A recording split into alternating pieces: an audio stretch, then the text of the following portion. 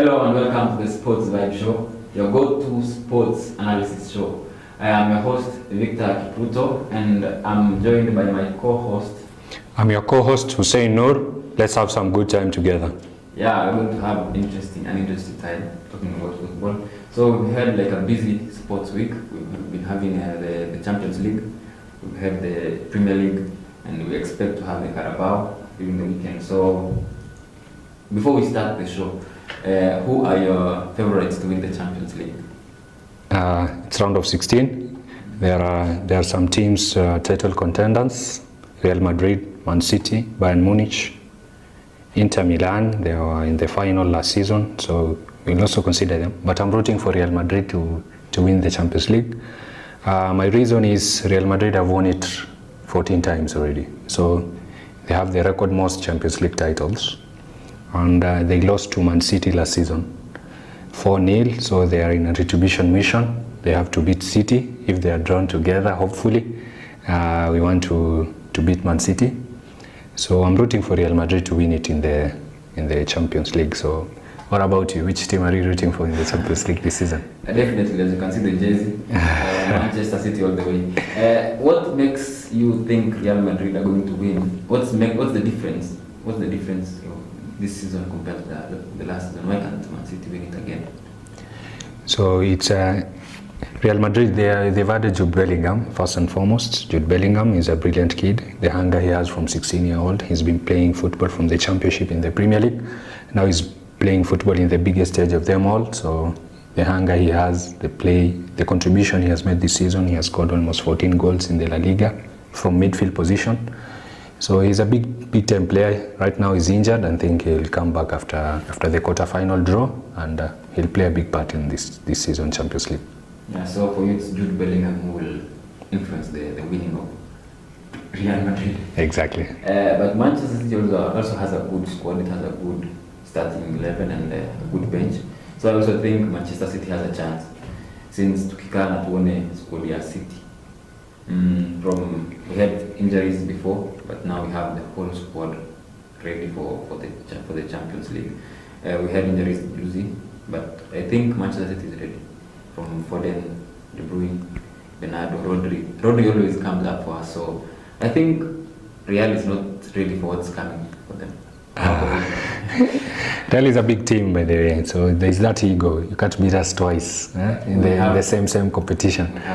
When you went to last time, come back, second leg, it's not going to happen this time around. Yeah, we'll see. We'll see. Now, since we're talking about Champions League, we had the round of 16. The Meisha too, so we're supposed to. Can we talk about what happened through the games? We saw Inter versus Atletico. Inter won. Yeah, Inter won 1-0 exactly against Atletico. What were the highlights of the game? What do you think happened between Atletico and Inter? So Inter versus Atletico in the Champions League round of 16. It was an interesting game. It is Inzaghi versus Diego Simeone in the touchline. Both teams are drilled to defend well, so it was an even match. They were playing beautiful football, but the final third play was intercepted by both defensive-minded coach. So Inter Milan managed to score a goal. It was Arnautovic. Arnautovic scored a goal. Martinez went through, and the chance came back to Marco Arnautovic, and he scored. Marco Arnautovic has been playing in England for Stoke City, so he went to Inter Milan. Now he's scoring goal in the round of 16, but the leg is still tied, so they will play in the second leg. So yeah, so do you want to the second leg? Who do you think will emerge the victors here, Inter or Atletico? Who are you rooting for in the two? It's an even match first and foremost, and the second leg will be in Atletico's ground. It will be in Metropolitano ground, so the Atletico crowd will play up. It's only 1-0, so I'm expecting Diego Simeone to be more attacking than defensive in the second leg. So most probably it's a 1-0 aggregate at the moment. So if he plays attacking-minded football and he scores a goal, it will be interesting. So Inter will have nothing to defend for in the second leg. So it's an even contest. Both teams want to progress into the quarterfinals. So, but I think Atletico will win it just because of their their home ground in the second leg. That's the only advantage they have. Okay, that's your opinion, and me niko nyuma Inter since we were with them in the finals last season. Let's go to the next game that we had, PSV versus Dortmund, Borussia. Yeah, so it ended at a draw. Yeah, so what do you think about the game? Is there things that would have changed, the game? Yeah, it was another even contest. They drew 1-1. So Dortmund scored, and then PSV and Doven equalized from a Luc de Jong penalty. So it's an even tie. It's another interesting game. They managed to draw 1-1. So it's up to the second leg, but the Dortmund have an upper hand because the second leg is played in Germany, in Dortmund. So their crowd, it's one of the loudest crowd in Europe, Dortmund ground. So it will play into their hands. So they will win in the second leg. I think so, from my analysis. So you are behind Dortmund. Yeah, I'm also behind Dortmund. I think so. Yeah. Dortmund up in Adeba, and you can tell us in the comments what you think. If we are wrong, or if you think our ideas are not on point, you can share them on the comment. So we are going to a Premier League team, that an England team that is in the Champions League, Arsenal versus Porto. What we say about Arsenal is a big team. So why were they beaten? Why were they beaten by Porto? Arsenal were flying in the Premier League. They managed to beat West Ham 6-0, and then they beat Burnley 5-0. Unfortunately, they couldn't replicate that in the Champions League. So the inexperience in the Champions League played a part in the leg. Porto has Pepe as a defender. Pepe, who has played for Real Madrid and won trophies in Real Madrid. His defensive awareness last night was top-notch. So he was there in every moment. He was intercepting the passes. He managed to destroy the Arsenal attack. Saka, Trossard, Martinelli, they couldn't contribute. Kudos to Wendell, the left back. He also played a crucial role in managing Saka. Kudos to João Mario, the right back. He managed to stop Martinelli. And they managed to score a goal. A wonderful goal in the 94th minute. So it was a tie-breaker. It was 0-0. Galeno scored a wonderful goal from outside the 18-yard box.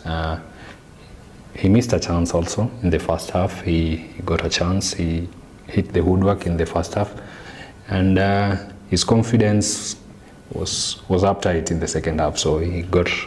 It was a half chance. It wasn't considered. It was far from goal. He missed in the 6-yard box in the first half, and he managed to score the second goal. So kudos to Galeno to score the Porto only goal, and they're going to Emirates. It's something to defend for in the second leg. Okay. Arsenal, I think they were caught only. Gipara was surprised that this is not the Premier League. I don't think they have experience in the Champions League that much, so I think this affects them too. And who are you rooting for, Porto or Arsenal? So I think Arsenal must turn up in the second leg. They can't play the way they played in the first leg, first and foremost. Because if they play how they played in the first leg, they will lose the tie. So Arsenal, they have a good team. So Declan Rice in midfield, and they're attacking-minded. The attacking trio: Martinelli, Trossard, Saka, even Odegaard in the midfield. So and it's in an Emirates. It's in Emirates ground. So Arsenal will have to play their best game to win it, because Porto will come to defend their 1-0 score. So that's it. So if Arsenal don't turn up in the second leg, Porto will win it. It can be even a 0-0 draw. Porto will go through. So Arsenal must score in the first half to even have a chance in going through in the quarterfinal. So what Arsenal and try to give up, it's not too late until it's late. So finally, we had Napoli versus Barca. Yeah, Napoli, Barca, a draw 1-1. Why? It was another draw 1-1. It was top goals from two top strikers. It was Lewandowski versus Osimhen. They both managed to score the goal, so it's a 1-1 score. So the only advantage is they are going to Camp Nou in the second leg. So Barcelona will have to play their. They have all to play for in the Champions League, because at the moment in the La Liga they are struggling. Real Madrid, the gap between Real Madrid and Barcelona is too large in the La Liga, They're not even in the cup, in the league. So Copa del Rey, they were eliminated. So the only cup they can win this season is in the Champions League. So they have to give it their all in the second leg so that they can manage to get into the quarterfinals. Yeah. Hapo, who do you think will manage, Napoli or Barca? It's a difficult game to predict because both teams are struggling in their respective leagues. So we'll wait and see. Which yeah, I think we had a wonderful first session of our show. We're going for a short break, and we'll see you after the short break. Hope you are enjoying the show. And after the break, we'll be talking about the Premier League and the Carabao and some of our local sports. Stay tuned.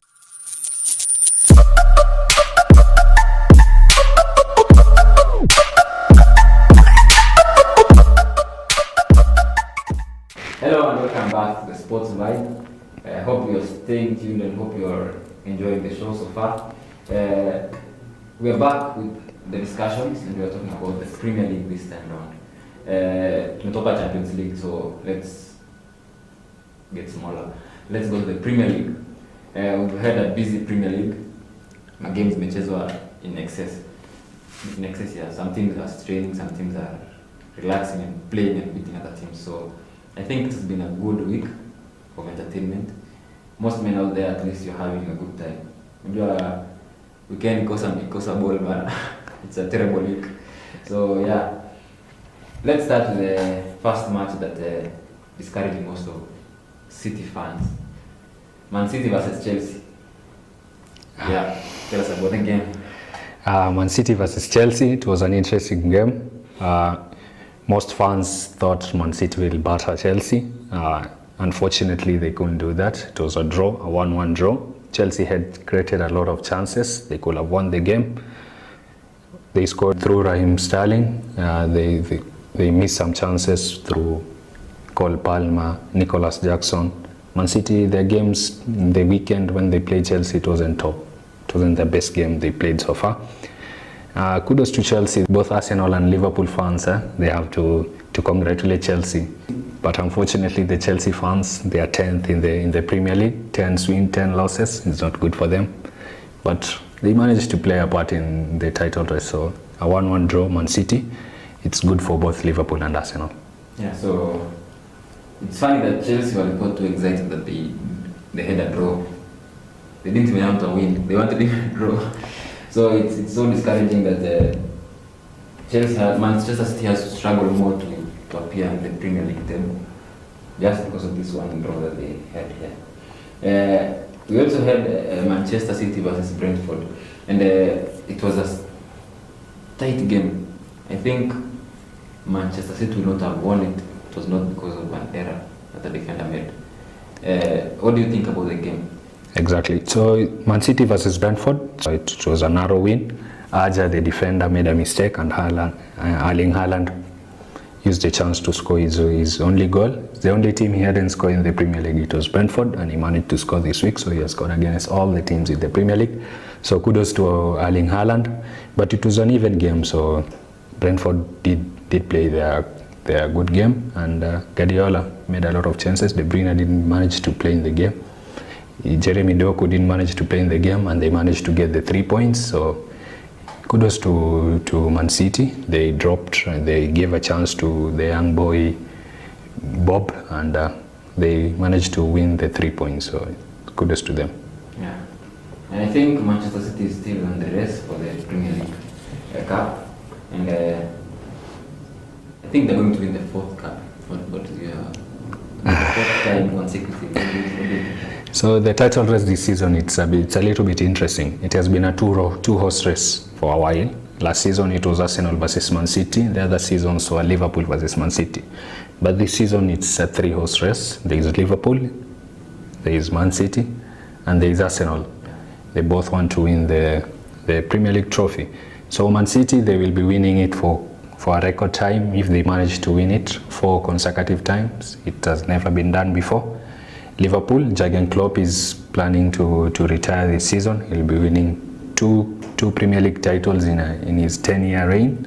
That's what he's wishing for. And then there is Mikel Arteta, who will be breaking a 20-year drought for Arsenal. They have not won the Premier League for 20 years. So he will want to win the Premier League for Arsenal this coming year. So it is an interesting race between the three teams. So we'll wait and see. The title race is wide open. Any team can win it from here. The only interesting... So everyone has a reason to win. Arsenal because coach anaenda. Liverpool coach anaenda. Arsenal because they have stayed for a long time without winning. And then you have Manchester City since they want to break the record. Yeah. So everyone has a purpose to win. Exactly. Yeah. I think that's an interesting thing. You can share in the comments on who do you think or who do you support to win the Premier League Cup. Yeah. So to the games that happened throughout the week, we had Arsenal versus Brentford. And this was a big thrashing for Arsenal. Arsenal did a good job. And what do you think? So at the weekend, Arsenal managed to beat Burnley 5-0. Yeah. So it was an interesting score because it played a part in their title race. Everyone thought that it will be an even game. Even Vincent Kompany was interviewed before the game and asked to win the title and say wait till the end of the game. So he was playing mind games. He thought maybe he'll manage even to get a draw and influence the title race. But unfortunately, Arsenal battered them. Bukayo Saka scored 2 goals, and then Odegaard, Declan Rice, they managed to score, and they scored 5 goals in total. So kudos to them. The goal difference will also play a part in this year's title race. I think so, because it will be a tight race till the final game. So they managed to score 5-0. It was 3 points plus 5 goal difference. So Arsenal, they're up there in the title race this time round, and they have experience from last season because they didn't win it, but they were there, and they couldn't go all the way. So this season they want to make it a little bit different and try to stay in the race till the end line. Okay. We have 2 more games in Liverpool. They played against Brentford and Luton. Exactly. And both games they won. And what do you think about the 2 games that they had? So yesterday's match, it was 4-1. Luton managed to score first. So Ogbene scored the first goal. It messed the Anfield crowd.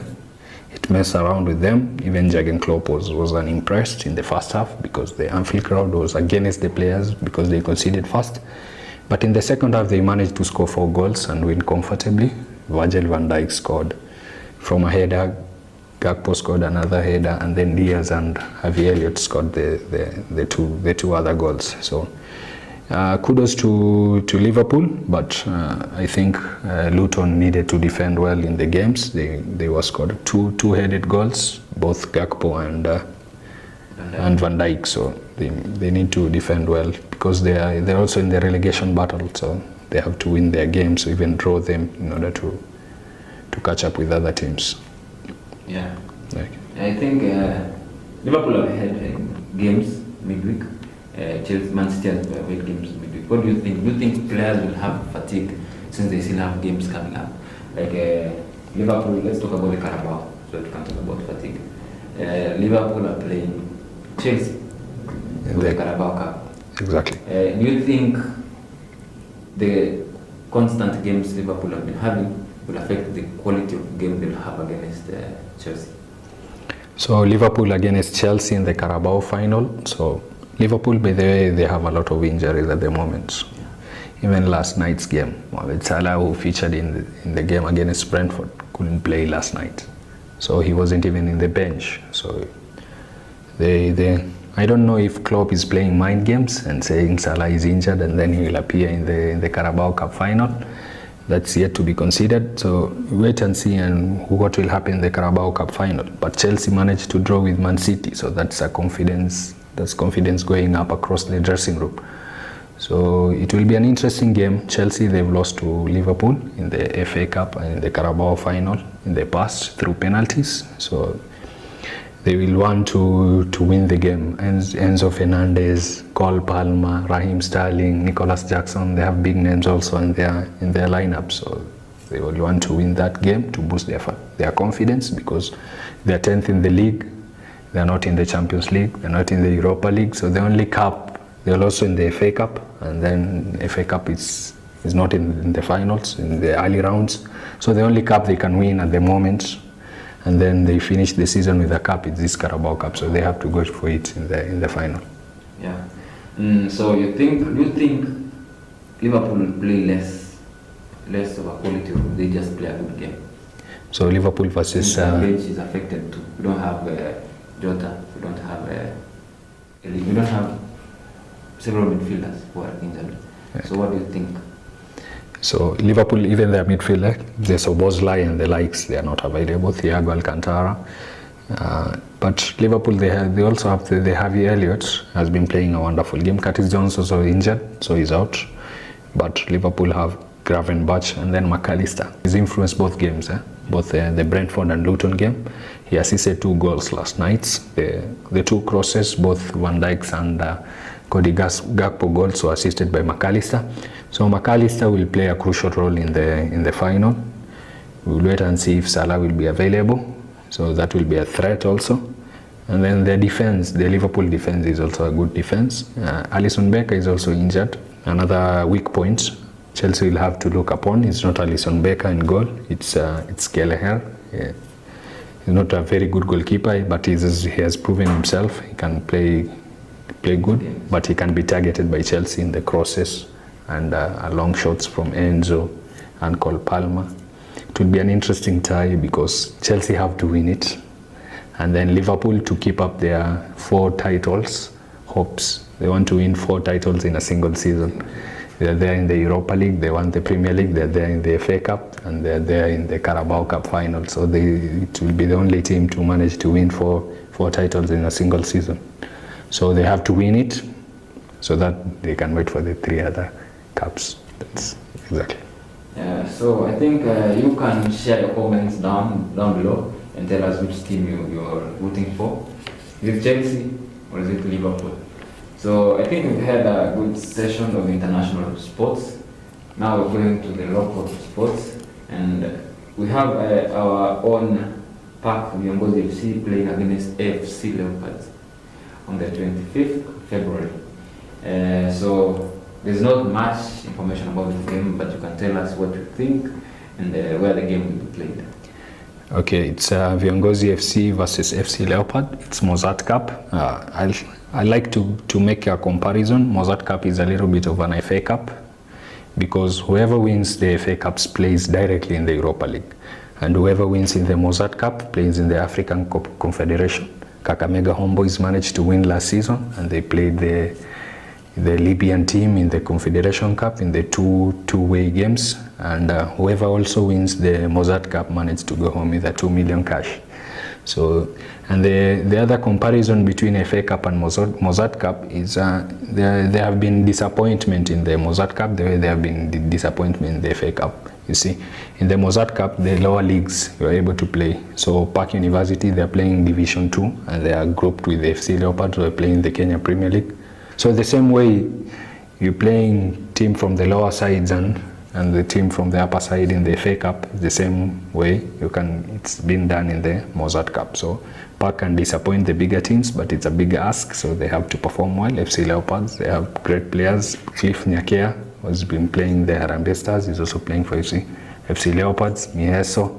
So the Park University team will have a difficult game, but if they keep the scores even for most of the game, they defend well, they can manage to get a set piece, even a penalty, and we've seen the underdogs winning games. So it's a big ask, but we are rooting for Park, so we'll wait and see who will win in the round. Okay. Exactly. I think that's all we have for you from the local sports.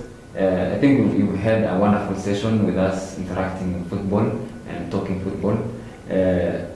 Is there anything else you want to say before we end the show? Make sure you join us in the next episodes. Thank you for staying with us, and this has been Sports Vibe. Hope you had a wonderful session and an interactive session. Share comments down there, subscribe, and like our videos for more content. We'll be talking football, we'll be talking athletics, and every kind of sport that you like. See you next week, and have a wonderful time as you watch and interact with the sports.